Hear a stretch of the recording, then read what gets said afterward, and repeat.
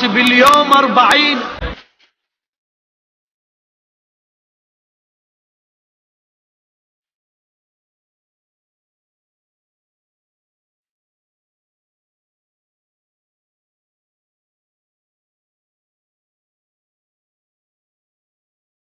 لا حول ولا قوة إلا بالله العلي العظيم. أعوذ بالله من الشيطان الرجيم.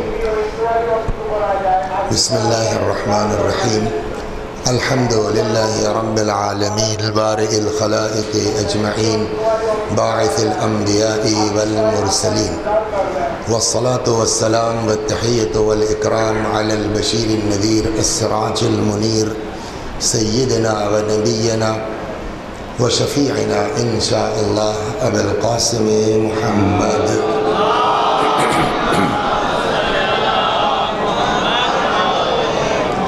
اللهم صل عليه وعلى أهل بيته مظاهر جلالك وجمالك، واللعن على أعدائهم الشاكين فيهم المنحرفين عنهم أجمعين.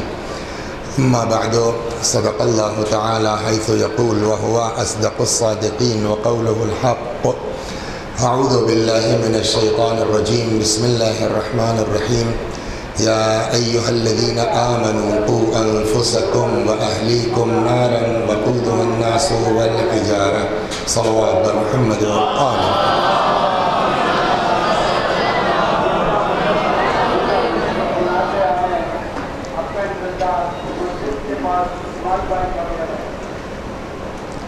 میں نے اس سے پہلے بھی گزارش کی تھی، اس وقت بھی دیکھیے ایمرجنسی کی بات اور ہے، کوئی واقعہ ہو جائے، کوئی ایمرجنسی ہو جائے، لیکن دوران مجلس کم از کم جو ہے ان لوگوں کو اس طرح اعلان کر کے ڈسٹرب نہیں کرنا چاہیے۔ یہ گزارش میں نے پرسوں بھی کی تھی، آج پھر دہرا رہا ہوں کہ میرے بھائی، ایک بار آپ نے اعلان کر دیا کہ انتظار کر رہے ہیں، اب بس کیجئے نا، مجلس ہونے دیجئے۔ اب اگر کوئی اعلان وہ کہتا ہے تو مجلس کے بعد کیجئے۔ صلوات بر محمد و آل محمد۔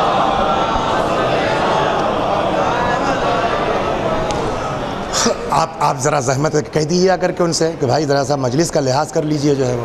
صلوات بر محمد و آل۔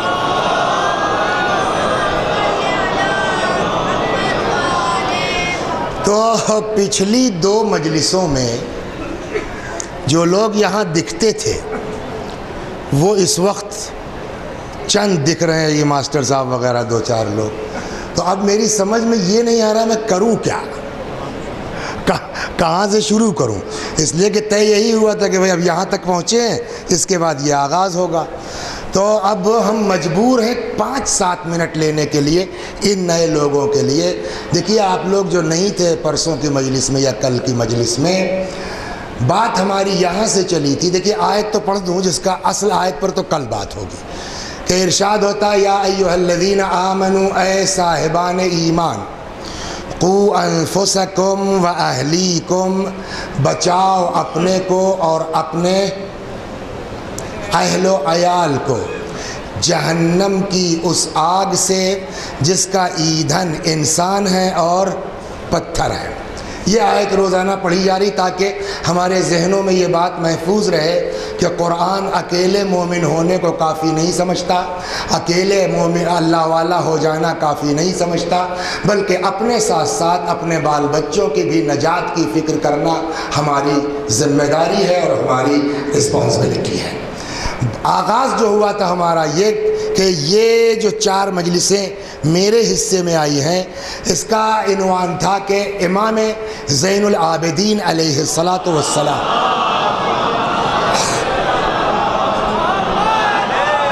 کہ واقعاً جن کا احسان ہے واقعہ کربلا پر، واقعہ کربلا نہ ہوتا تو دین نہ ہوتا، اور اگر جناب زینب و امام سجاد نہ ہوتے تو واقعہ کربلا نہ ہوتا۔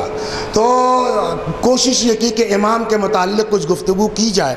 آغاز یہاں سے ہوا تھا پرسوں کہ اسلام سے پہلے سماج کس پستی میں تھا کہ جن کو جانور کہنا بھی مشکل ہے، جہاں لوگ اپنی اولاد کو زندہ دفن کر دیتے تھے، لیکن 13 برس میں مکے کی زندگی میں رسول اللہ نے اسی حیوانیت سے بدتر سماج کو اتنا بلند کیا کہ امیر المؤمنین سلام اللہ علیہ نے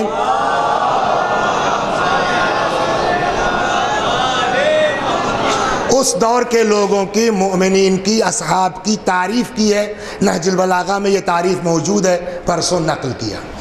پھر پیغمبر کی وفات کے بعد یہ سماج جو اس ایمان اور تقوی کی بلندی پر پہنچ گیا تھا کہ بقول مولا کے کہ ان لوگوں کا عالم یہ تھا کہ جب جہاد پہ جاتے تھے ان کے سامنے ان کا باپ ہوتا تھا، بھائی ہوتا تھا، اولاد ہوتی تھی، چچا، مگر ما یزیدنا الا ایمانا و تسلیما، سامنے اولاد ہونے کے باوجود ایمان بڑھنے کے علاوہ پائے سے بات میں لغزش نہیں ہوتی تھی۔ ایک جگہ مولا امیر المومنین سلام اللہ علیہ انہی کی وصف میں اس زمانے کے اصحاب کی تعریف فرماتے ہیں کہ حملوا ابصارہم علی اسیافہم، ان کی بصیرت کا عالم یہ تھا جنگ میں کہ گویا انہوں نے اپنی تلواروں پر آنکھیں رکھ دی تھی۔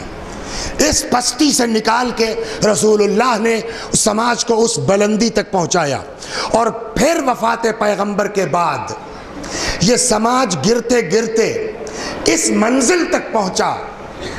برداشت کریں گے آپ، سنیں گے آپ کہ وہی علی جس کے بغیر کوئی جنگ کامیاب نہیں ہو سکی، اس علی کے ساتھ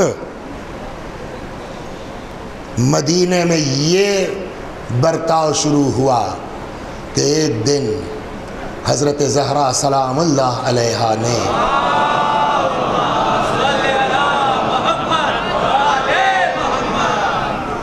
امیر المومنین کو دیکھا، فرمایا علی آپ سے ایک سوال کروں، پوچھئے۔ شہزادی نے کہا علی سنا ہے مدینے میں لوگ آپ کو سلام نہیں کرتے؟ یہ سنا ہے نہیں، سنا کوئی نئی بات تو نہیں ہے نا، یہ سماج کی پستی جا رہی ہے۔ پھر سنا ہے مدینے میں لوگ آپ کو سلام نہیں کرتے۔ حضرت نے فرمایا فاطمہ بات اس سے آگے ہے، اب تو نوبت یہ آ گئی ہے میں سلام کرتا ہوں، لوگ جواب نہیں دیتے۔ غور کر رہے ہیں آپ، یہ سماج اس پستی میں آیا۔ مدینے میں یہ سب حالات تھے، شام میں بھی اس طرح کے تھے، لیکن پھر بھی ابھی لوگ ہیں کہ جب چوتھے مرحلے پر امیر المومنین کو ظاہری خلافت ملی تو ایک پورا لشکر تھا، صفین ہوئی، نہروان میں لوگوں نے امیر المومنین کا ساتھ دیا، لیکن اب علی کے بعد یہ اور گرا۔ یہ نوبت پہنچ گئی کہ اسی لشکر میں، بھائی ظاہر جو امیر المومنین کے ساتھ لشکر تھا وہی تو ٹرانسفر ہوا ہے نا امام حسن کی طرف، لیکن اس لشکر کی حرکتوں کی وجہ سے وقت وہ آیا کہ امام حسن علیہ السلام کو صلح کرنے پر مجبور ہونا پڑا۔ امام حسن کا زمانہ ختم ہوا، تب بھی ہزاروں کی تعداد میں لوگ تھے۔ دور آیا امام حسین سلام اللہ علیہ کا، یہ سماج اتنا پستی میں گر گیا، اتنا پستی میں گر گیا کہ اب کربلا میں امام حسین کے ساتھیوں کی تعداد پتہ ہے آپ کو، ٹھیک؟ امام حسین کی شہادت کے بعد پھر یہ جو واقعات ہوئے ہیں، اس کے بعد جب امام مدینے آئے ہیں امام زین العابدین علیہ السلام، پھر حالات بگڑتے بگڑتے یہاں تک پہنچے۔ کل یہاں پر بات ختم ہوئی تھی کہ امام زین العابدین علیہ السلام نے فرمایا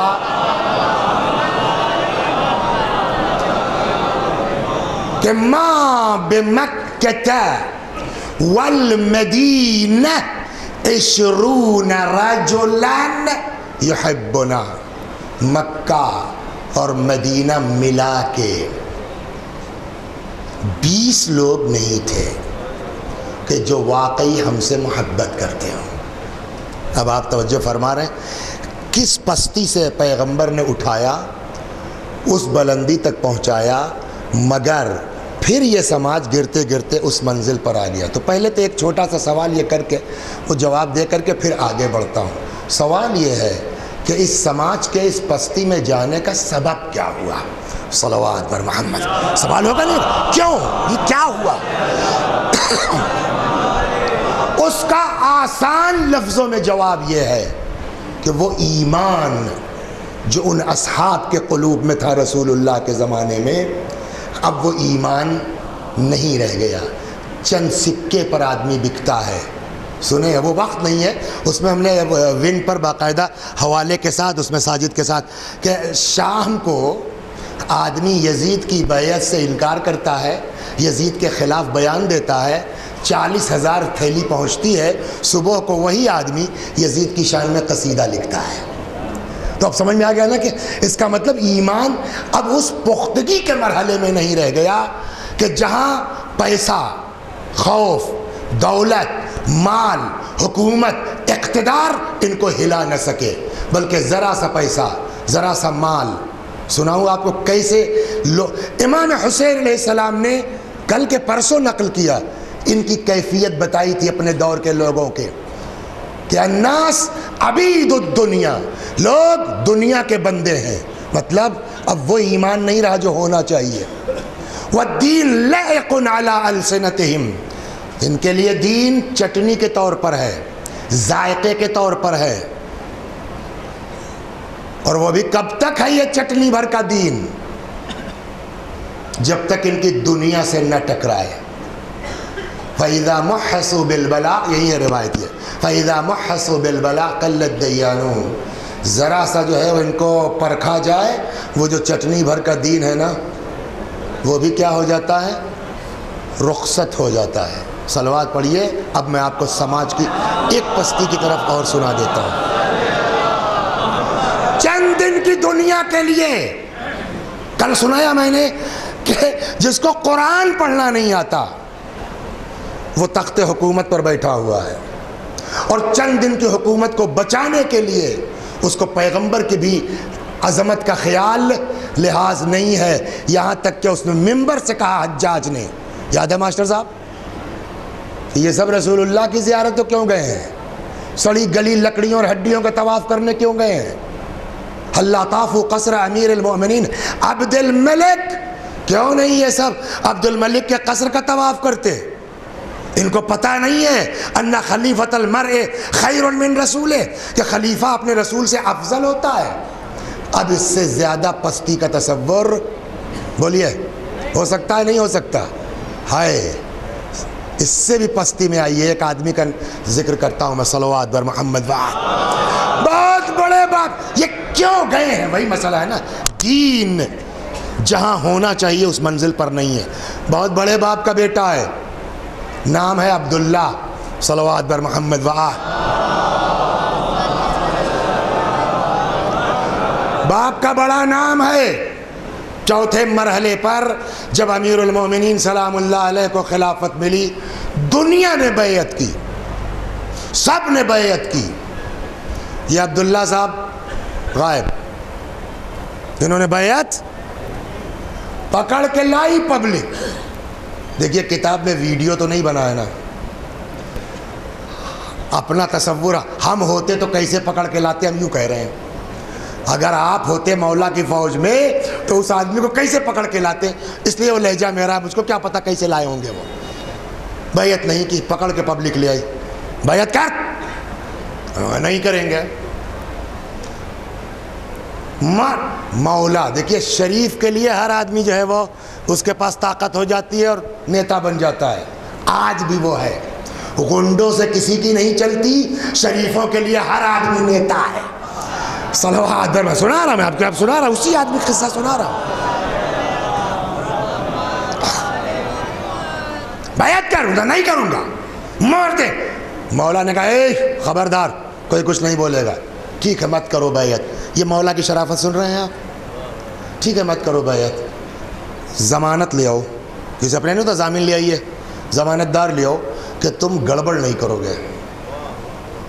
ضمانت پہ چھوڑ دیتے ہیں تم کو, کوئی بات نہیں, مت کرو بیعت. کوئی زبردستی ہے؟ جانتے ہیں کیسا اینٹھا ہے مولا سے؟ نہیں صاحب میرے پاس کوئی ضامن نہیں ہے, میں کہاں سے لے آؤں ضمانت دار؟ سوچ سکتے ہیں آپ, ہمارے آپ کے مولا نے کہا کوئی بات نہیں ہے, میں تمہاری ضمانت لے لوں. سوچ سکتے ہیں آپ, جہاں شرافت ہوتی وہاں بدماشی کتنے عروج پہ جاتی ہے. ابھی سے آدمی قصہ سنا رہا ہوں میں آپ کو. تو میرے پاس کوئی ضمانت دار نہیں ہے صاحب, میں لے لوں ضمانت تمہاری. کہا ٹھیک ہے آپ لے لیجئے. مولا نے کہا چھوڑو, جانے دو یار, چھوڑ دیا. مولا شہید ہو گئے. مولا کے بعد 6 مہینے خلافت رہی کس کی؟ امام حسن سے. نہیں کی بیعت اس نے. ایک حدیث سنا دوں پہلے آپ کو, صلوات بر محمد بار, پھر آتا ہوں.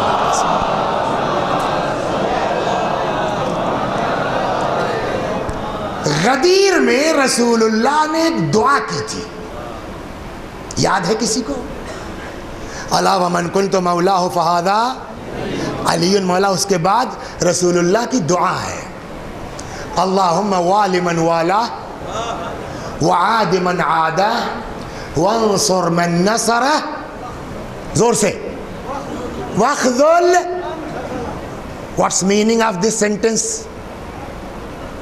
اللہ ہم انصر من نصر, خدا تو اس کی نصرت کر. اللہم والی من والا, اللہ تو اس سے محبت کر جو علی سے محبت کرے. وعاد من عادا, اللہ بولیے اس کو دشمن رکھ.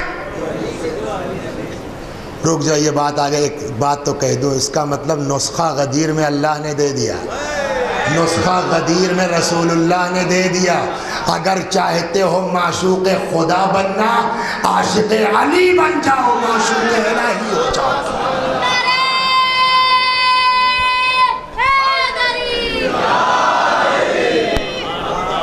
وعد من عادا, وہ بھی کوئی ٹینشن کی بات نہیں ہے, کچھ کرنا نہیں ہے تم کو.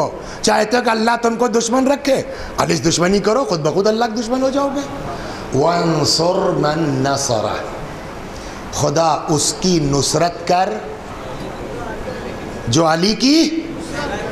واخذل من خذلہ, اس کو ذلیل کر جو علی کو ذلیل کرنے کی کوشش کرے. یہ جو انہوں نے خان صاحب نے بیعت نہیں کی مولا کی, اس کا کیا مطلب ہوا؟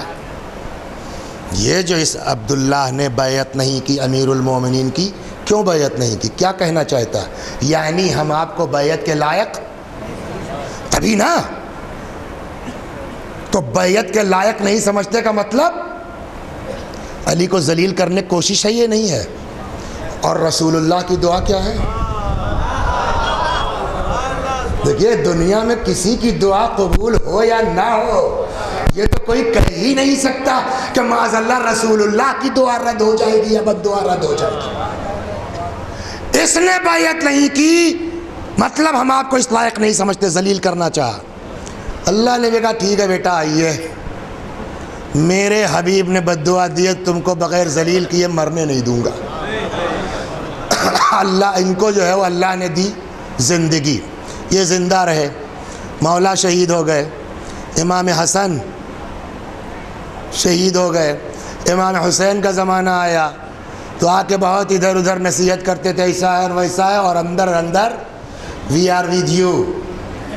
یزید کے یہاں پیغام بھی چلا کہ ہماری طرف سے ٹینشن نہیں ہے, حالانکہ ان 4 لوگوں میں اس کا بھی نام تھا, لیکن یہ سائیڈ ہو گئے, بات ختم ہو گئی. امام حسین علیہ السلام بھی شہید ہو گئے, یہ بیٹا زندہ رہے. ایک دور وہ آیا, کل کس کا ذکر ہو رہا تھا, کس حاکم کا؟ حجاج کا. حشام کا تو آ جائے گا, ہاں حشام بن اسماعیل کا بھی. حجاج کا اے صاحب جو ہے وہ حجاج جو ہے وہ گورنر بن کے آ گیا.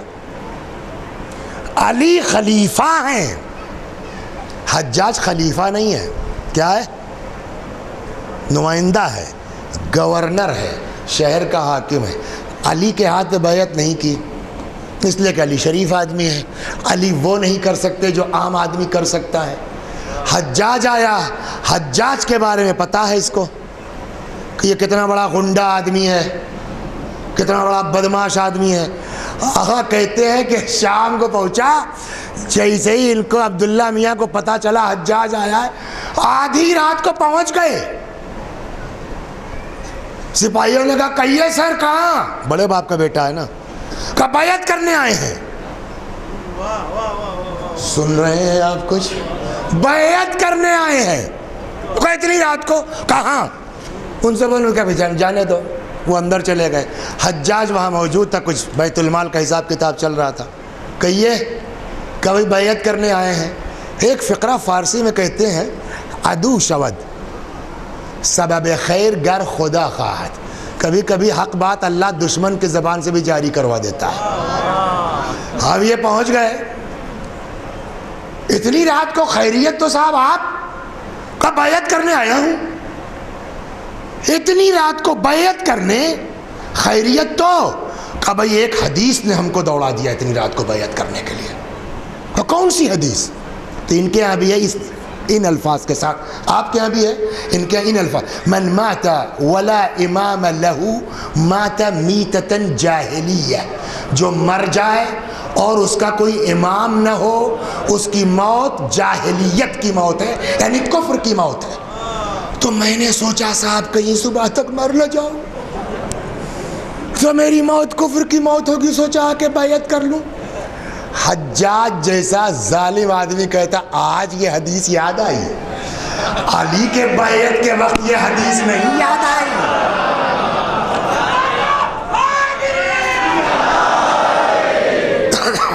غور فرما رہے ہیں آپ؟ یہ سماج کی پستی دیکھ رہے ہیں آپ؟ یہ بڑے بڑے لوگوں کی بات ہے, یہ چھوٹا آدمی نہیں. میری مجبوری ہے کہ میں پوری بات نہیں کہہ پا رہا ہوں ممبر سے. یہ بڑے لوگوں کا حال ہے, عام پبلک کو جانے دیجئے. اس کے بعد وہ یاد ہے نا, اللہ اس کو ذلیل کر. اس نے کہا صاحب اس وقت تو سب دیکھ رہے ہیں آپ, مصروفیت ہے, اب وہ میں اس میں لگا ہوا ہوں, اب ہاتھ تو نہیں بڑھا پاؤں گا, لیجئے پیر ہی پہ بیعت کر لیجئے. کچھ سمجھ میں آیا؟ جب ید اللہ پہ بیعت نہیں کرو گے تو گنڈوں کا پیر چھوڑنا پڑے گا.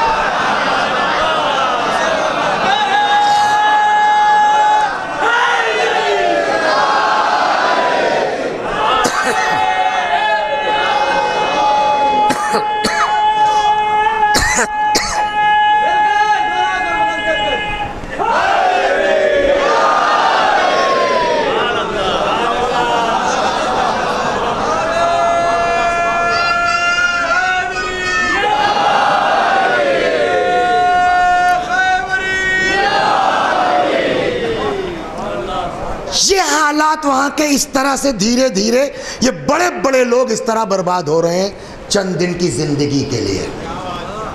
لیکن بہرحال ظلم ظلم ہے. اب آگے سنیے کہاں بات جا رہی ہے. جب امام حسین سلام اللہ علیہ کی شہادت ہو گئی اور یہ پورا واقعہ اسرا کا ہوا, اور آتے آتے جو ہے جب بات دھیرے, بھائی اس زمانے میں واٹس ایپ تو تھا نہیں, فیس بک تو تھا نہیں کہ اتنی تیز باتیں پھیل جائیں گی. دھیرے دھیرے جب مدینے والوں کو اندازہ ہوا کہ یہ آخر یزید کے اندر عیب کتنا ہے, تو مدینے والوں نے, یہ واقعہ ہے 63 کا, سن 63 ہجری, یعنی نیئر اباؤٹ امام حسین کی شہادت کے 2-2.5 سال کے بعد. تو کچھ لوگوں کو مدینے والوں نے بھیجا کہ بھائی جاؤ ذرا شام, اور واقعی یزید کیا بلا ہے اس کا کچھ سمجھ کے آؤ. وہاں سے جو ٹیم پلٹ کے آئی, دیکھ کر کے انہوں نے پورے مدینے والوں کو حقائق بتایا کہ بات صحیح ہے بھائی, شراب ہے, کباب ہے, بندر سے کھیلتا ہے, یہ ہے وہ ہے. تو نتیجہ یہ ہوا کہ اب مدینے والوں کے سر سے پانی اونچا ہو گیا, اور انہوں نے کیا کیا کہ تقریباً 1000 کے قریب بنی امیہ اور بنی مروان کے لوگ تھے, سب اکٹھا ہو گئے. دیکھیں اتحاد میں بڑا دم ہے. سب اکٹھا ہو گئے اور انہوں نے بنی امیہ اور بنی مروان کے جتنے نیئر اباؤٹ 1000 کے لوگ تھے وہاں, سب کو مدینے سے باہر بھگا دیا, اور اپنا حاکم الگ چن لیا, عبداللہ انصاری نام کا, عبداللہ ابن حنظلہ عبداللہ انصاری نام کا. اور انہوں نے یزید کی بیعت بولیے توڑ دی. اب یہاں سے اب یہ سماج کی کیفیت دیکھیے کہاں جا رہا ہے, توڑ دی. یہ بات جب پہنچی ہے شام, ابھی یزید زندہ ہے, تو اس نے مسلم ابن عقبہ یا عقبہ نام کا ایک سپہ سالار, کہ جس کو بعد میں مورخین نے اس کی خوریزی کی وجہ سے اس کا نام مسلم کے بجائے مصرف رکھ دیا, یعنی خون بہانے میں اسراف اتنے کیا. 12,000 کی فوج, ایک مدینہ ہے نا, 12,000 کی فوج دے کر کے مسلم ابن عقبہ کو یزید نے بھیجا مدینے پر چڑھائی کرنے کے لیے سن 63 ہجری میں، جو اکثر آپ سنتے ہوں گے واقعہ حرہ۔ 3 دن تک یزید نے مسلم ابن عقبہ کی فوج کے لیے مدینے کو حلال قرار دے دیا۔ سناؤں آپ کو، سنیں گے آپ؟ نتیجہ یہ ہوا کہ 1000 کنواری لڑکیوں کے یہاں پیدائش ہوئی ہے اس واقعے کے بعد، ان سپاہیوں کی وجہ سے یہ جو 12,000 آئے ہیں۔ مسجد نبوی میں گھوڑے باندھے گئے۔ بہرحال زبردست ظلم کر کے مسلم ابن عقبہ نے مدینے پر کنٹرول دوبارہ حاصل کر لیا۔ یہ جو مدینے پہ چڑھائی ہوئی ہے، اس میں جو ہے وہ اصحاب کرام بھی موجود تھے، صالح متقی افراد موجود تھے، تابعین موجود تھے۔ اب یہاں سے سنیے آپ اس دور میں امام سجاد کیا کریں، صلوات بر محمد، سنیے اب جب مدینے پر پورا کنٹرول ہو گیا تو یہ کہ ٹھیک ہے، اب آپ لوگ پھر سے بیعت کیجئے۔ آپ لوگ مدینے والوں کو کیا آرڈر ہوا، جس میں اصحاب تھے، صلحاء تھے، تابعین تھے، مسلم ابن عقبہ نے کہا سب لوگ پھر سے بیعت کیجئے، جان بخشی اسی میں ہوگی۔ بیعت کے لیے باقاعدہ ایک عبارت تیار کی گئی، وہ عبارت سنیے آپ، سماج کہاں جا رہا ہے۔ کہتے ہیں بایع، یہ وہیں سے کامل ابن اسیر جلد 4 صفحہ 111، اور آپ کی شیعہ کتاب میں بحار الانوار جلد 38 صفحہ 193۔ بایع مسلم ابن عقبہ یا عقبہ اہل المدینہ کافہ، مسلم ابن عقبہ نے سارے مدینے والوں سے بیعت لی۔ کس عبارت کے ساتھ وہ سنیے، یہ کہنا پڑے گا آپ کو، تب مانا جائے گا کہ آپ نے یزید کی بیعت کی ہے۔ وَفِيهَا بَقَايُ الصَّحَابَةِ وَأَوْلَادُهَا وَصُلَحَاءُ التَّابِعِينَ، کہ اور اس مجمع میں جن سے بیعت لی جا رہی ہے کچھ صحابہ تھے، صحابہ کی اولاد تھی، نیک لوگ تھے۔ کیا بیعت کرنے سے پہلے آپ کو کہنا پڑے گا کیا، ان کلا منہم، کہ سب لوگ کیا ہے، عبد قن لامیر المؤمنین یزید ابن معاویہ، بیعت کرو یہ کہہ کے کہ ہم لوگ یزید کے خریدے ہوئے غلام ہیں۔ سمجھ گئے آپ؟ اب دیکھیے آج جو لوگ ادھر ادھر نکلتے ہیں، یزید کو پتہ نہیں تھا، یزید کو یہ نہیں تھا، چلو بھائی امام حسین کو چھوڑو، یہ کیا ہو رہا ہے سن 63 ہجری میں، یہ واقعہ حرہ کیا ہے؟ چلو نہیں ہے تم کو اہل بیت سے ہمدردی، نہیں ہے آل رسول سے ہمدردی، صحابہ یہ صحابہ ہیں جن سے بیعت لے رہا ہے یزید کا آدمی مسلم، کہ عبد قن لامیر المومنین یزید ابن معاویہ، کہ ہم لوگ یزید کے زرخرید غلام ہیں۔ ایک بات ہوگی، دوسری سنیے آپ، ذلت کہاں تک ہوئی ہے ان مسلمانوں کی، ایک حسین کا ساتھ نہ دینے کا کیا خمیازہ بھگتا ہے ان لوگوں نے۔ پرانے زمانے میں عربوں کا مین بزنس کیا تھا بتا سکتے ہیں آپ؟ جانور، اونٹ، بھیڑ، بکریاں، یہی سب تھا، چراتے تھے۔ تو اب بڑے بڑے لوگ تھے، کسی کے پاس 100 ہے، کسی کے پاس 200 ہے، کسی کے پاس 400 ہے، کسی کے پاس 500 ہے۔ تو اب ظاہر بات ہے کہ بھیڑ بکری تو ایک شکل کی ہے نا، اونٹ سب ایک شکل کے ہیں، تو پہچانا کیسے جائے گا کہ یہ کس کا ہے؟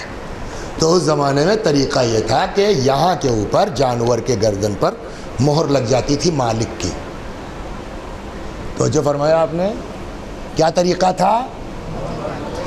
جانور پر کہ گردن پر مہر لگائی جاتی تھی تاکہ پتہ ہو کہ اس کا مالک کون ہے۔ اب سنیے آپ، وَكَانَتْ، یہ بھی وہی اس دن بتا چکے آپ، جناب ابن ابی الحدید معتزلی کی کتاب شرح نہج البلاغہ جلد نمبر 15 صفحہ 242 پر یہ بھی ہے، وَكَانَتْ بَنُو أُمَيَّةَ تَخْتِمُ فِي أَعْنَاقِ الْمُسْلِمِينَ، یہ بنی امیہ مسلمانوں کی گردن پر مہر لگاتے تھے، ویسے ہی جیسے جانور پر ملکیت کی مہر لگتی تھی، کما توسم الخیل علامتا لاستعبادہم، تاکہ یہ پہچان رہے کہ یہ ہمارے غلام ہیں۔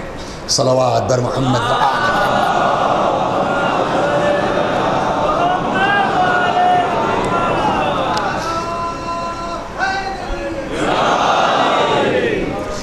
یہ وہ سماج ہے، یہ وہ معاشرہ ہے کہ جو اتنا پست ہو چکا، بڑے سے بڑا آدمی وہ ڈر کے خاموش ہو رہا ہے۔ وجہ سمجھ گئے نا آپ، علت پوری معلوم ہو گئی۔ تو اب کیا امام نے غلط فرمایا کہ اس ماحول میں ما بمکہ والمدینہ، مکہ اور مدینہ ملا کر کے 20 آدمی نہیں تھے جن کو ہم سے بولیے محبت ہو۔ اب یہاں سے 2 باتیں ہوں گی، ایک آج اور ایک کل، کہ ایسے ماحول میں کہ جہاں مسلمانوں کو کی گردن پر غلامی کی مہر لگتی تھی، ایسے سماج میں کہ جہاں لوگ چند دن کی ایک آدمی آیا، ارے سنیے آپ، پھر اس دن پیچھے بھی گھومنا پڑتا آپ لوگ چکر میں، تھوڑا تشریف لے آئیے، ہاں تشریف لے آئیے،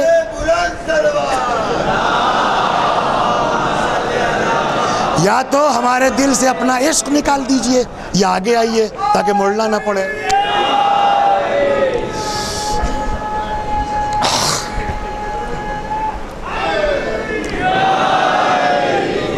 ایک شخص آیا حجاج کے پاس، ڈر کا حال سنیے آپ، خدا توفیق دے کبھی آپ کا ساتھ پھر ہو تو پڑھیں اس طرح کی تاریخ، اب ضرورت ہے اس زمانے میں تاریخ بھی بتانے کی۔ آیا حجاج کے پاس کہ اللہ صاحب میرے گھر والوں نے میرے اوپر بڑا ظلم کیا، ماں باپ نے، کیا میرا نام علی رکھ دیا صاحب۔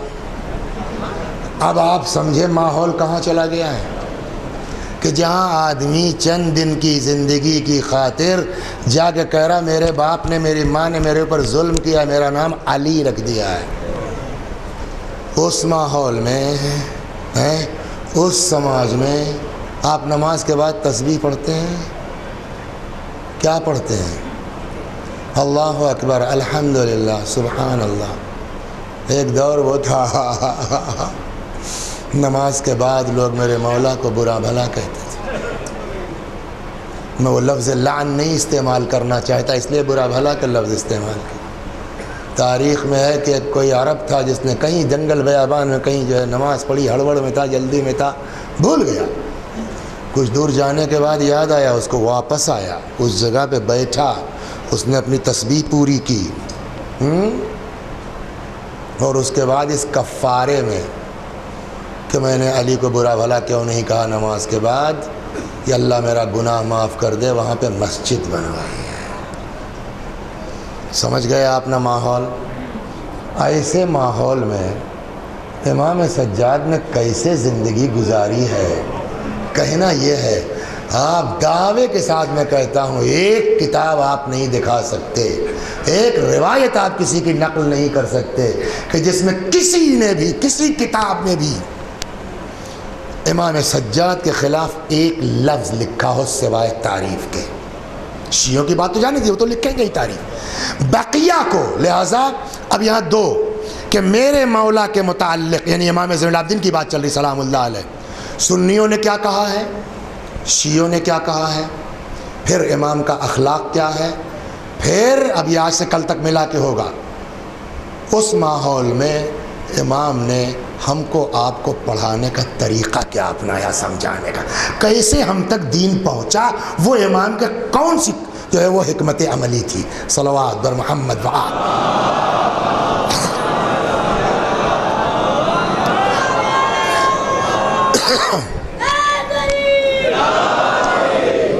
اب جو میں یہ روایتیں نقل کرنے جا رہا ہوں وہ انہوں نے جتنی نقل کی ہے شیعہ کتاب کی نہیں ہے، اس لیے کہ ابھی بات ہی ہے کہ امام زین العابدین علیہ السلام اہل سنت علماء کی نگاہ میں، چنانچہ پہلا جو ہے وہ نقل کیا انہوں نے، اب وہ آپ کے لیے تو بڑا مشکل ہے، لیکن میرا ابھی کہیں مدرسے میں بات ہوتی تو آسان تھا کہیں گزرنا کہ جاہز نے یہ کہا ہے. آغا جاہز عرب کے ادیبوں میں شمار ہوتا ہے, بڑا ادیب ہے, لیکن پکا دشمن علی ہے, دشمن اہل بیت. جاہز مگر کہتا ہے, نقل کرتے ہیں لوگ کہ وہ اما. اچھا ہاں ایک چیز اور, خارجی کس کو کہتے ہیں؟ یہ کب سے اسٹارٹ؟ جو دین سے خارج ہو, ہاں ٹھیک ہے, لیکن خارجی اس کو نہیں کہتے جو صرف دین سے خارج ہو. دین سے خارج والا ہے خارجی. خارجی کس کو کہتے ہیں؟ دیکھیے جنگ صفین میں یہ آغاز وہاں سے ہوا نا, جنگ بولیے صفین میں جب یہ ہوا کہ اب تو جنگ گئی تو مکر شروع ہوا. کیا ہوا؟ مکر شروع ہوا, فریب شروع ہوا. اس میں ایک یہ تھا کیا کہ وہ دفتیوں کو قرآن کا شیپ دے کر کے نیزے میں لگا کے, بھیا لا حکم الا للہ, لا حکم الا للہ, لا حکم الا للہ, خدا کے علاوہ کسی کا حکم نہیں چلے گا, خدا کے علاوہ کسی کا حکم نہیں چلے گا. اس پر ایک جملہ میرے مولا کا ہے بڑا غضب کا. یہ بتائیے جملہ صحیح ہے کہ غلط؟ لا حکم الا للہ. مجلسوں میں آتے ہیں نا تو کہتے ہیں المؤمن کیس, مومن کو تیز دماغ ہونا چاہیے. ہو سکتا ہے وسیع حسن بات صحیح کہہ رہے ہوں لیکن اس سے ان کا مقصد غلط ہو, لہذا مجمع کو ہوش میں رہنا ضروری ہے کہ ہر بات کے پیچھے مقصد پہ جائیں. یہ لا حکم الا للہ صحیح بات ہے, اللہ کے علاوہ کس کا حکم چلے گا؟ مولا نے فرمایا کلمۃ حق یراد بها الباطل, کلمہ حق ہے, جملہ حق ہے, مقصد باطل ہے. تو مقصد پہ رہیے آپ. تو کچھ لوگ آ گئے صاحب بھرے میں, ارے صاحب قرآن ہے. تو کچھ جو مضبوط دل والے تھے انہوں نے کہا ٹھیک ہے مگر قرآن ناطق تو یہاں بیٹھا ہے. نہیں صاحب ہم قرآن سے کیسے لڑ جائیں؟ اسی لیے کہتے ہیں ایمان کے ساتھ ہوش ہونا بہت ضروری ہے. بیوقوف مومن کی کوئی حیثیت نہیں, جذبات میں آگے ہوش میں رہنا چاہیے. مولا نے کہا بابا میں قرآن ناطق کر, یہ جھوٹ ہے, دھوکہ ہے, فریب ہے, اس کے چکر میں مت آؤ. مگر جانتے ہیں کیا کیا؟ جناب مالک کو پاگل تک کہا ان سبوں نے. ہے صاحب وہ اپنے پاگل سے کہیے مالک سے واپس آ جائے, نہیں مت ڈالیں گے آپ کو. مولا نے کہا بھائی جب بلا لاؤ مالک کو بلا لاؤ. اب مالک کی پوزیشن پتہ کیا ہے؟ ہائے ہائے بھائی ارادہ نہیں تھا, بھاگ گئی تھی, اس کو توجہ کر. معلوم ہے مالک کہاں پہنچ چکے تھے؟ لاسٹ سٹیج ہے بھائی. ایک تلوار یوں چلتی, خیمہ کٹا تھا, پہنچ جاتے, باپ بیٹے دونوں ختم, کربلا کا وجود نہ ہوتا, زندہ ہی نہ رہتے باپ بیٹے. یعنی کیا مطلب؟ پوری کربلا ٹکی ہے ایک مالک کی تلوار پر. آپ غور کر رہے ہیں؟ اور جب آدمی پہنچا مولا بلا رہے ہیں, کلیئر کہتے بس لاسٹ سٹیج ہے. اس نے کہا, علی نے کہا ہے کہ جب امام تمہارا زندہ نہیں رہے گا تو جنگ جیت کے کیا, یہ سب مولا کے اوپر حملہ کر دیں گے. روایت جملہ ایسے تھا ہاتھ مالک کا. انصاف سے بتائیے ہم آپ ہوتے تو کیا کرتے ہیں؟ پورے مجمع سے میں بزرگوں سے معافی, اپنے بچوں سے پوچھتا ہوں, ہم تم ہوتے بیٹا کیا کرتے ہیں؟ بے یار ختم کرو, مار کے چل کے مولا کے آگے ہاتھ جوڑ کے معافی مانگ لیں گے, یہی کرتے ہیں نا. لیکن ہمارا ایمان کہاں؟ مالک کا ایمان کہاں؟ ہم نے کہا مالک مار دو یار, قصہ ختم ہو جائے گا. آ کے مولا کا ہاتھ پیر پکڑ لینا, جو ہے مولا غلطی ہو گئی معاف, تو فتنہ تو ختم ہو جائے گا. کہ تم میں ہم میں فرق ہے. تم جنگ جیتنے کا نام شیعت سمجھتے ہو, ہم علی کی اطاعت کا نام شیعت سمجھتے ہیں.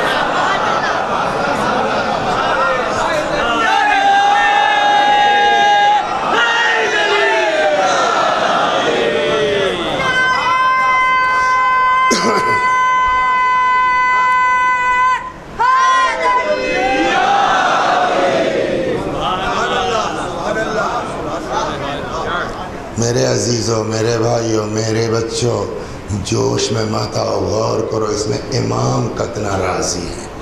ہمارے جذبات کا نام دین نہیں ہے نا، ہمارے فکر کا نام دین نہیں ہے، دین ہے اہل بیت کی مرضی کا نام، اور ان کی مرضی ہم جیسے دو چار کتاب پڑھ کے نہیں سمجھا پائیں گے، ان کی مرضی سمجھنے کے لیے بھی 50 سال محنت کرنا پڑے گی تاکہ امام کی صحیح بات کو ہم پہچان سکیں۔ اس لیے کتابیں بھری پڑی ہیں ادھر ادھر، کچھ انہوں نے نقل کیا، کچھ انہوں نے نقل کیا، کچھ انہوں نے نقل کیا۔ اس کے لیے ٹائم چاہیے کہ آدمی تحقیق کرے، یہ روایت کیسی ہے، یہ کیسی ہے۔ بلا وجہ نہیں امام نے کہا ہے کہ ہم تو پردہ غیب میں جا رہے ہیں، لیکن ہم تم کو ان علماء کے حوالے کر کے جا رہے ہیں۔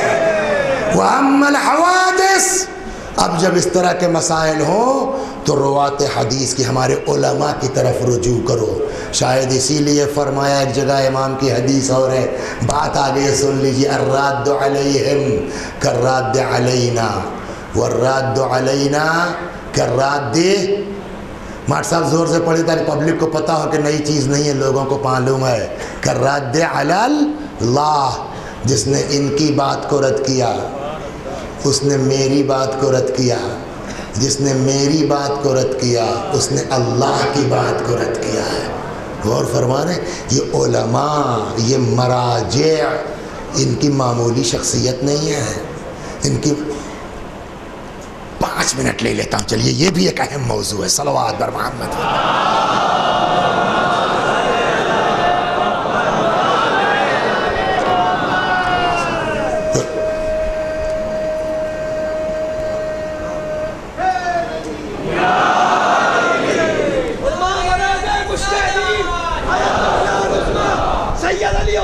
سیستانی مقام معظم رہبری آیت اللہ سید علی خامنئی صدر جمہوریہ اسلامی ایران آیت اللہ سید علی خامنئی کی سلامتی کے لیے بآواز بلند صلوات۔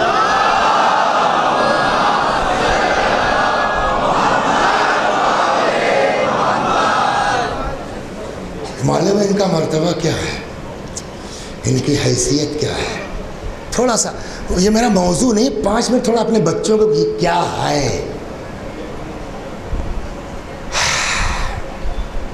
اس دن بھی شاید ہلکا سا اشارہ تھا، اس کو آج تھوڑا سا ٹھیک کرتا ہوں۔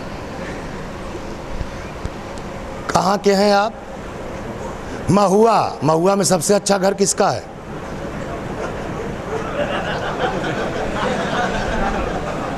دیکھیے یہ سب جو ہے نا آپ کو ہنسانا مقصود نہیں ہے۔ ہمارے استاد جو کہنے لگے بھائی دیکھو آدمی 10 منٹ سے زیادہ متوجہ نہیں رہ پاتا، مجلس میں آپ ہیں 15-20 منٹ کے بعد آپ چوراہے پہ چلے جائیں گے، سبزی خریدنا شروع کر دیں گے۔ تو ان کا کہنا کہ بھائی 10-15 منٹ کے بعد اس کو فریش کرنا ضروری ہے۔ تو یہ جو میں حرکتیں کرتا ہوں نا وہ فریش کرنا۔ اب آپ واپس آپ 15 منٹ کے لیے کوئی دقت نہیں ہے۔ تم کہاں کے ہو؟ کہاں کے ہو؟ تلاجا، تلوجا، تلاجا۔ سب سے اچھا گھر کون سا ہے تلاجا میں؟ مت بتانا نہیں پھنس جاؤ گے۔ اچھا چلو، سب سے اچھا سب سے خراب گھر کون سا ہے پورے کانودر میں؟ نہیں بولنا چاہیے۔ ہم نے کہا صاحب پورے کانودر میں کسی کا نام زید تو نہیں ہے نا کانودر میں؟ آنے آئے نہیں ہے نا؟ پورے کانودر میں سب سے اچھا مکان زید کا ہے۔ کون کہہ رہا تھا؟ کہو مولانا کہہ رہے تھے جو مجلس پڑھ رہے تھے کل رات میں۔ کہا بھائی یار ان مولویوں کا کیا ہے، وہ لفافہ پکڑا دیا ہوگا اس نے دھیرے سے کہ مول صاحب میرا نام لے لینا۔ ہوتا ہے، ایسا بھی ہوتا ہے۔ ہاں اللہ محفوظ رکھے۔ سب سے خراب گھر کا خالد کا ہے پورے کانودر میں۔ خالد تو نہیں کسی کا نام، استغفر اللہ۔ کون کہہ رہا تھا؟ کہ مولانا کہہ رہے کل کسی بات پہ تپے رہے ہوں گے۔ کچھ سمجھ میں کیا کہنا چاہا؟ مطلب نہ ہماری تعریف کی کوئی حیثیت ہے، نہ ہماری تنقید کی کوئی حیثیت ہے، لیکن اگر رسول اللہ فرما دیں کہ پورے مہوا میں سب سے بڑھیا گھر اس کا، پیغمبر نے کہا ہے، میں نے کہا کہا ہے مہوا، میں نے کہا نہیں مہوا نہیں کہا ہے، پیغمبر جو ہے مہوا کو کیوں کہیں گے؟ پیغمبر تو عالمی بات کرتے ہیں نا، وہ رحمت للعالمین ہے، رحمت للمہوا تھوڑی ہے فقط، تو عالم کی بات، پوری دنیا کا سب سے بڑھیا گھر کون سا ہے؟ رسول اللہ نے بتایا ہے۔ جی جی ذرا فرمائیے تو۔ میں نے کہا سنیے، پیغمبر نے فرمایا خیرو، صلوات بر محمد وآل، یاد آ گیا، خیر بیوتکم بیتن فیہ یتیم یحسن الیہ، تمہارے گھروں میں سب سے بڑھیا گھر وہ ہے جس میں کوئی یتیم ہو اور اس کے ساتھ اچھا سلوک ہو رہا۔ آپ بنا سکتے ہیں اپنے گھر کو دنیا کا سب سے اچھا گھر۔ وَشَرُّ بُيُوتِكُمْ بَيْتٌ، اور تمہارے گھروں میں سب سے بدتر گھر وہ ہے جس میں کوئی یتیم ہو اور اس کے ساتھ ظلم ہو رہا ہو، برا کام ہو رہا ہو۔ سمجھ میں آ گیا؟ یتیم کی پرورش کرنا کتنا وہ ہے۔ ضمناً آیت آئی تھی، وہ روایت آئی تھی کل کے پرسوں کہ رسول اللہ گئے معراج پر، پرسوں رسول اللہ گئے معراج پر، وہاں کیا دیکھا؟ ایک آدمی ہے جہنم میں، اس کو آگ کھلائی جا رہی ہے، یہاں سے کھا رہا ہے اور جہاں سے نکلنا چاہیے وہاں سے آگ نکل رہی ہے۔ اے جبریل یہ کیا ہے؟ ابے اس کا کیا جرم ہے؟ آگ کھا رہا ہے، آگ نکل رہی ہے۔ جبریل نے کہا یا رسول اللہ اس نے یتیموں کا مال ہڑپا ہے۔ روایت پڑھی ہے نا، انا وکافل الیتیم کہاتین، ہم اور یتیم کی پرورش کرنے والے اس انگلی کی طرح سے ہیں۔ کیا مطلب ہوا؟ یعنی جیسے دو انگلیاں آپس میں جڑی ہوئی ہیں، پڑوسی ہیں، ویسے ہی جنت میں ہم اور یتیموں کو پالنے والے پڑوسی ہوں گے۔ رسول اللہ کا پڑوس کسی کو مل جائے اس سے بڑھ کے کیا ہے؟ کیسے ملے گا کہ یتیم پروری کرو، رسول اللہ کے پڑوسی ہو جاؤ گے جنت میں۔ اگر کوئی کسی یتیم کے سر پہ ہاتھ پھیر دے، جتنا بال آئے گا، کوئی ٹکلا آدمی نہیں دکھ رہا ہے سامنے کا، سمجھے؟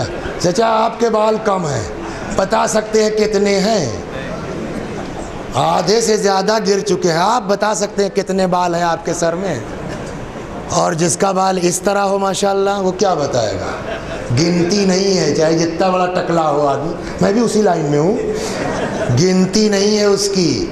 آپ بھی ہیں۔ پیغمبر نے فرمایا اگر کوئی یتیم کے سر پہ ہاتھ پھیر دے تو آپ کے سر کے بال میں اور یتیم کے بال میں فرق ہے کہ نہیں ہے؟ وہ تو بھی بچہ ہے نا، اس کے بال کی گنتی کہاں ہو سکتی ہے؟ پیغمبر نے فرمایا جتنے بال اس کے ہاتھ کے نیچے آئیں گے اللہ اتنی نیکی لکھے گا اس آدمی کے اکاؤنٹ میں جو یتیم کے سر پر پیار سے ہاتھ پھیر دے۔ ٹھیک، یہاں تک آ گئے آپ؟ اب آئیے واٹس میننگ آف یتیم۔ یتیم کس کو کہتے ہیں؟ جس کا باپ مر گیا ہو گئی بات۔ تو کیا یہ اسی کو یتیم کہتے ہیں جس کے باپ نہ ہو؟ مولا نے ایک قسم یتیم کی اور بتائی ہے، لیس الیتیم،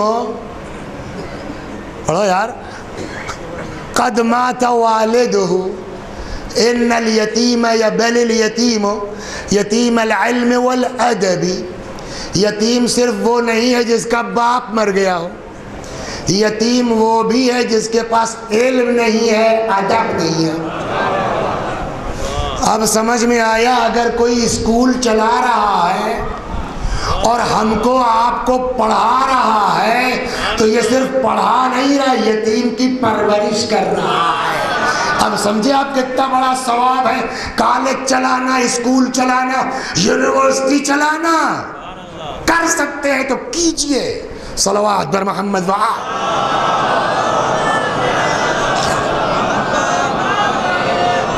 اپنی قوم کے بچوں کو علم سے آراستہ کیجئے. یہ یتیم پروری ہے. خالی واقعی یتیم کا کپڑا بنوا دینا ہی یتیم پروری نہیں ہے. قوم کے بچوں کو انجینئر بنا دیجئے, ڈاکٹر بنا دیجئے, پڑھا لکھا بنا دیجئے. نہیں ہے ہمارے پاس 1 لاکھ روپے جو ہے بی ٹیک کی فیس دینے کی, اپنا اسکول کھولو, آؤ بھیا لو پڑھو تم, ثواب. تو کتنی قسم ہو گئی یتیم کی؟ بھلے 2. تیسری قسم صلوات بر محمد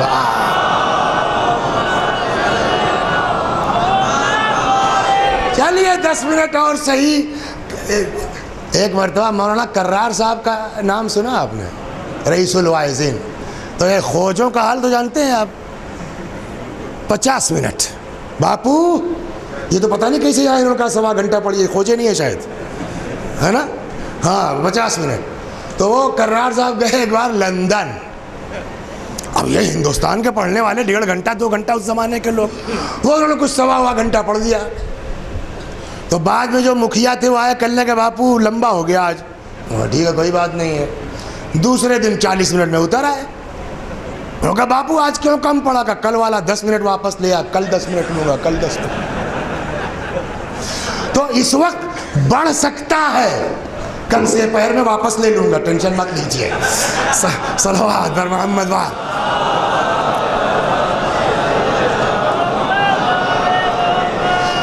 تو 3 دن سے آیت پڑھ رہا ہوں, ترجمہ کر کے رہ جاتا ہوں. آج تھوڑا سا اس پر بات ہو جائے کہ 2 قسم ہو گئی یتیموں کی. تیسری قسم کیا ہے؟ آیت کیا پڑھ رہا ہوں ماسٹر جی پرسوں سے؟ اے صاحبان ایمان, بولیے, بچاؤ اپنے کو اور اپنے اہل و عیال کو. کیا مطلب ہوا؟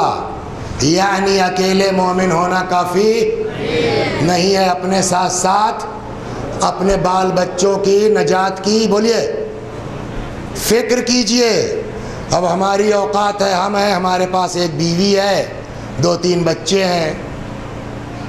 تو ہماری ذمہ داری کتنی ہے کہ بھیا کم از کم اپنے بیوی بچے کو بچا لو, یہی بہت تمہارے لیے. ہم کو پیش نماز بنا دیا گیا, ہم کو امام جمعہ بنا دیا گیا.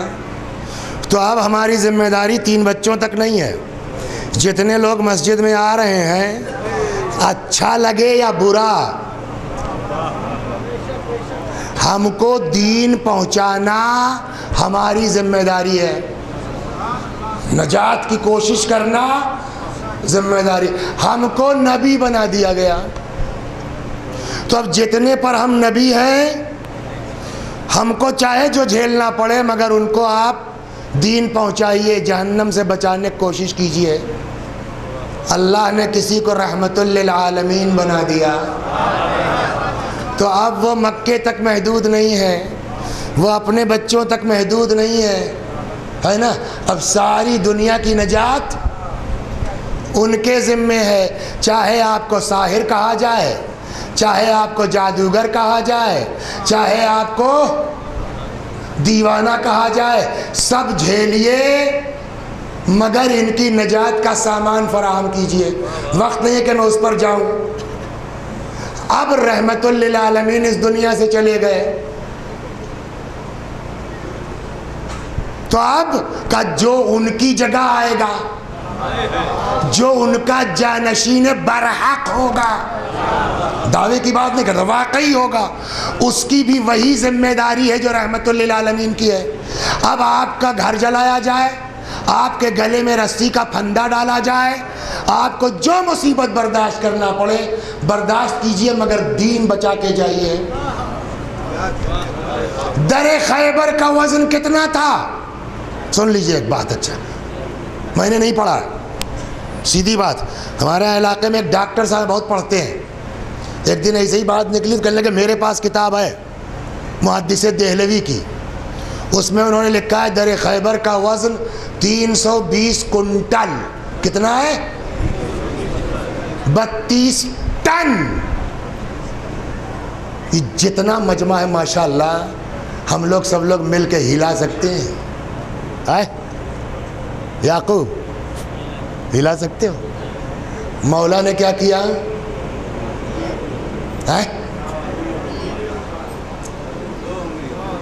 یہی نا. اس کے بعد کیا ہوا؟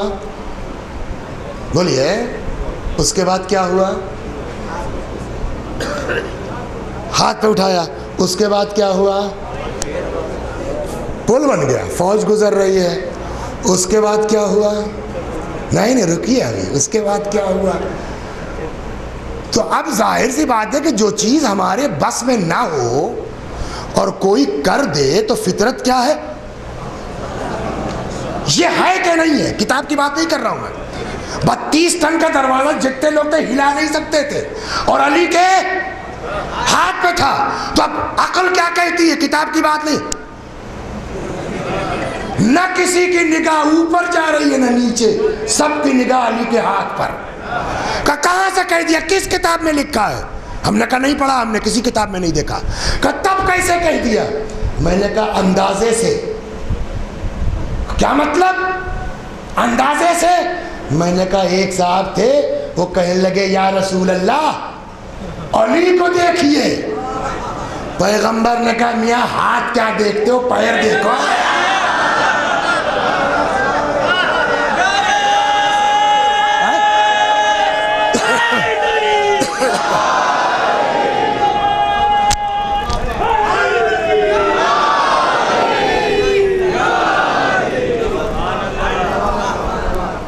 اب آپ بتائیے اگر لوگوں کی نگاہ نیچے گئی ہوتی تو رسول اللہ کیوں کہتے کہ ہاتھ کیا دیکھ رہے ہو, پیر دیکھو؟ اس بنا میں نے کہا کہ ہو گئی بات. اب ایک سوال کا جواب. کوئی آلہ ہے, کوئی مشین ہے عرفان صاحب جو مولا کی طاقت ناپ کے بتا سکے؟ ہے نا. جس آدمی کی قوت کا عالم یہ ہو, کسی کی ہمت ہے اس کے سامنے آ جائے, ایک بار گھور دیں. اب ممبر سے وہ لفظ کہنا ٹھیک نہیں ہے, بہرحال حمام تو جانا ہی پڑے گا اس کو, ہے یا نہیں ہے؟ خالی گھور دیں. غور کر رہے ہیں آپ؟ ایک بار صرف گھور دیں مولا. یہ میں بلا وجہ نہیں کہہ رہا ہوں. پڑھنا تھا مجھ کو شعر, سمجھے آپ؟ سنا تھا کہ مسالمہ ہے تو تیار کر کے لایا تھا, کچھ شعر شاعری پر بھی پڑھوں گا. وہ انہوں نے اعلان کیا ٹائٹا فش ہو گیا تو میں بھی ٹال گیا اس کو. اس کا ایک شعر سن لیجئے جو سناتا میں آپ کو, سمجھے؟ ایک شعر سن لیجئے آپ. فرزدق نے کہا چوتھے امام کے متعلق, یغضی حیاء و یغضا من مہابتہ. فرزدق کہتے ہیں کہ امام سجاد کی بات ہے, مولا کی نہیں ہے. یغضی حیاء و یغضا من مہابتہ, یہ اپنی نگاہیں غیرت سے نیچی کیے رہتے ہیں امام, لیکن اس نگاہ نیچی ہونے کے باوجود پبلک کی حالت یہ ہے کہ یغضا من مہابتہ, سب کی جو ہے وہ نگاہیں نیچی رہتی ہیں ان کی ہیبت کی بنا پر. فلا یکلم الا حین یبتسم, جب تک یہ مسکرا نہ دے کسی میں بات کرنے کی ہمت نہیں ہے. ہمیں تو جب امام سجاد کی ہیبت کا یہ عالم ہے تو فاتح خیبر ہے کسی میں ہمت جو علی کے سامنے آنے کھڑا ہو جائے؟ گھور دیں, قصہ ختم ہے. مگر اب مگر ہے. کیا ہوا وفات پیغمبر کے بعد؟ صحیح ہے کہ غلط؟ اسی علی کے گلے میں رسی کا, صحیح ہے نا؟ سنا ہے. آپ بتائیے, آپ نہ سنی ہے نہ شیعہ ہے نہ مسلمان ہے, آپ تاریخ کے اسٹوڈنٹ ایسے سے پڑھیے, سمجھ میں آئے گا یہ قصہ. کیا چکر ہے یار, میں اتنی طاقت کہاں اور کہاں جو ہے وہ دو, ایک آدمی گلے میں رسی ڈال کے ایک آدمی کھینچ پیچھے ایک آدمی ڈھکیل لے, یہ امپاسبل. آج ہم لوگ بچپن سے شیعہ گھر میں پیدا ہوئے سن رہے مان لیتے ہیں, لیکن ایک نیا آدمی اس کی سمجھ میں آئے گی بات یہ. آج 1400 سال کے بعد ہم جب کتاب پڑھیں گے, ایک طرف جو ہے وہ 32 ٹن کا دروازہ, دوسری طرف گلے میں رسی کا پھندا, عقل میں آئے گی؟ تو ہم تو سیدھے کہہ دیں گے بھیا میری سمجھ میں نہیں آتی، یا وہ روایت صحیح ہے خیبر والی یا یہ صحیح ہے، دونوں نہیں ہو سکتی، ممکن نہیں ہے۔ مولا یہ کیا کیا آپ نے؟ ہم پھنس جائیں گے، ہم کیا جواب دیں گے؟ کیسے سمجھائیں گے پبلک کو کہ صاحب اتنی طاقت کے بعد یہ؟ مولا کہیں گے جلدی نہ کرو، ہڑبڑ مت کرو، دیکھتے رہو، خود ہی سمجھ جاؤ گا کیا ہوا۔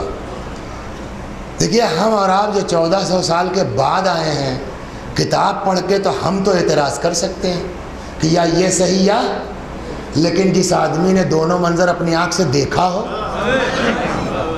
وہ کیسے کہہ دے گا یہ صحیح ہے یہ صحیح؟ وہ تو سوائے پاگل ہونے کے اس کی اور کوئی صورت نہیں ہوتی۔ یار اتنی طاقت اور یہ کیا؟ مولا یہ کیا کیا آپ نے؟ عجب نہیں، حضرت فرمائے میرے ساتھ رہو ابھی سمجھ میں آئے گا۔ علی کو گرفتار کر کے لایا گیا، بہت فاصلہ نہیں ہے مسجد نبوی اور امیر المومنین گھر۔ جیسے ہی نکلے ایک یہودی تھا خیبر کا،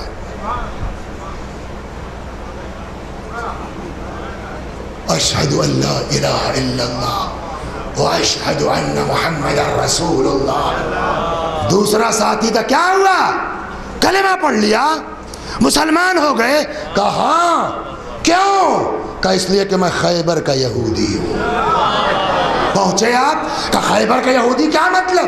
کہ انہی آنکھوں نے دیکھا تھا اسے در خیبر اکھاڑتے ہوئے، اسی آنکھوں نے دیکھا تھا اور آج وہی آنکھ دیکھ رہی ہے اس کے گلے میں رسی کا پھندا۔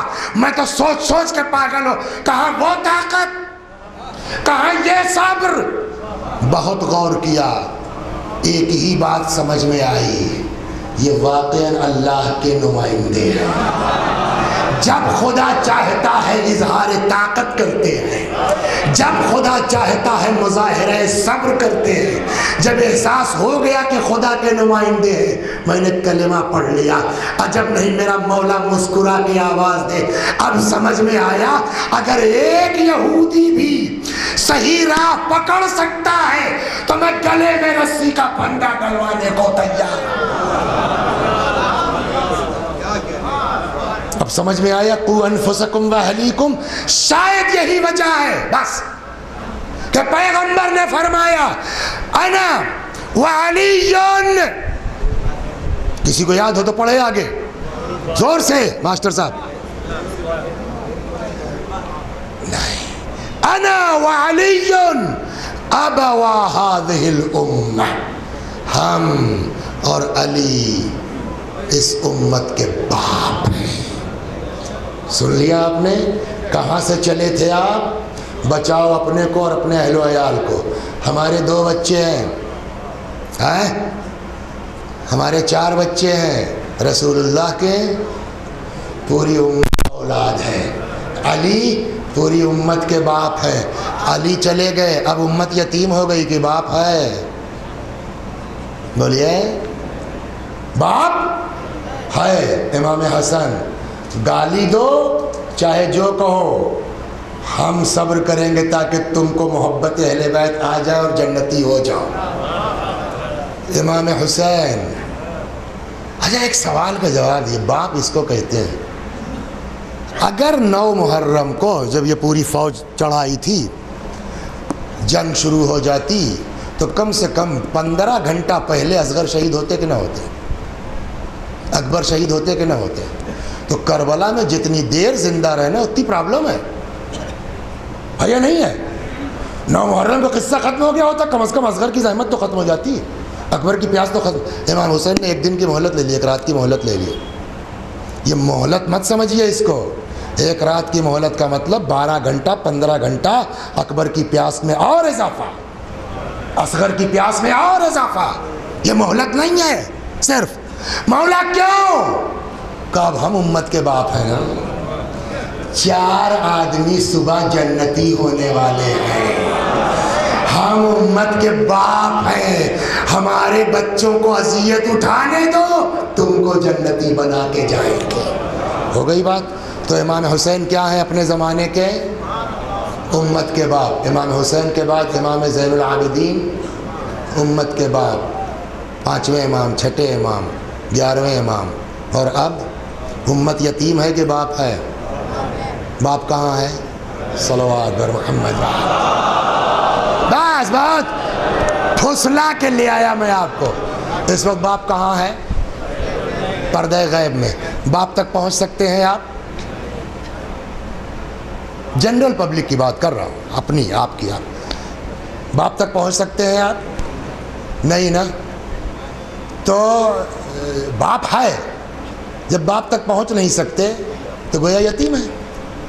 یہ میں اپنی جیب سے نہیں کہہ رہا ہوں، اب حدیث سناتا ہوں۔ کیا ہے روایت؟ یتیم جس کا باپ مر گیا، ایک۔ دو، یتیم جس کے پاس علم و ادب نہ ہو۔ تیسری روایت، کتاب مانگیے گا تو کل دکھلاؤں گا، ہے اتفاق سے ہے ساتھ میں۔ یہ تو انہوں نے منع کیا مت پڑھیے، ورنہ اسی کتاب سے پڑھنے والے تھے۔ صلوات بر محمد۔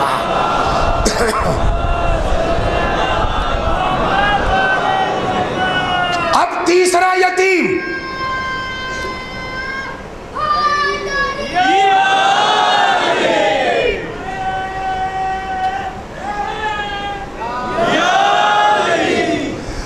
تیسرا یتیم جو روایت کہتی ہے ان دونوں یتیموں سے بڑا یتیم ہے۔ جس کا باپ مر گیا اس کی یتیمی ہلکی ہے، اس پہ ترس کھانے والے بہت ہیں، ہے نا۔ کوئی ایڈمیشن فیس دے دے گا، کوئی کچھ کر دے گا، کوئی کچھ کر دے گا، کوئی کچھ کر دے گا، کوئی ہے بیچارہ لے جا کے پڑھا لکھا دے گا۔ لہذا روایت ہے وَأَشَدُّ مِنْ هَذَا الْيَتْمُ یتیم انقطع عن امامہ۔ اس کو چلا کے نہیں پڑھا تاکہ ہمارے بچے یاد کر لیں۔ دو طرح کے یتیم سنائے ہم نے۔ تیسرا یتیم کون ہے؟ حدیث کہتے ہیں اشد من هذا الیتم، اور اس یتیمی سے شدید یتیمی، اس یتیمی سے بڑی یتیمی کس کی ہے؟ انقطع عن امامہ، جو اپنے امام تک نہ پہنچ پائے۔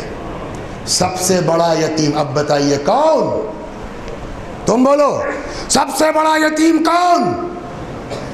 جو اپنے امام تک نہ پہنچ پائے۔ جب امام تک نہیں پہنچ پائے گا تو امام کی باتیں کیسے معلوم ہوں گی اس کو؟ احکام خدا کیسے معلوم ہوں گے اس کو؟ روایت کہتی ہے کہ اب اس دور غیبت میں جو ہے وہ امام کی باتیں آپ تک پہنچا رہا ہے، وہ صرف عالم مرجع نہیں ہے، وہ آل محمد کے یتیموں کی پرورش کر رہا ہے۔ روایت یہ ہے۔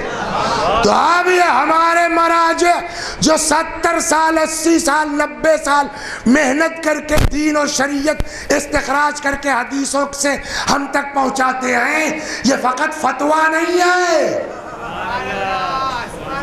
یہ یتیمان آل محمد کی پرورش ہے۔ اور وہ حدیث کیا تھی؟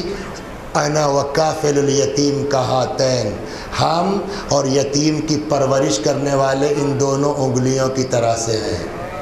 اور جو مرجع ہے وہ گویا پوری امت کی یتیمی کی کفالت کر رہا ہے، لے رہا ہے۔ تو یہ مرجع کہاں جائے گا کل کو قیامت میں؟ بولیے، پڑوسی کس کا ہوگا؟ رسول اللہ کا۔ میں آپ کو منع نہیں کرتا، آپ کا دین ہے، آپ کا ایمان ہے، آپ جو چاہیے جس کو چاہیے کہیے، لیکن ذرا سوچ سمجھ کے، یہ معمولی لوگ نہیں ہیں۔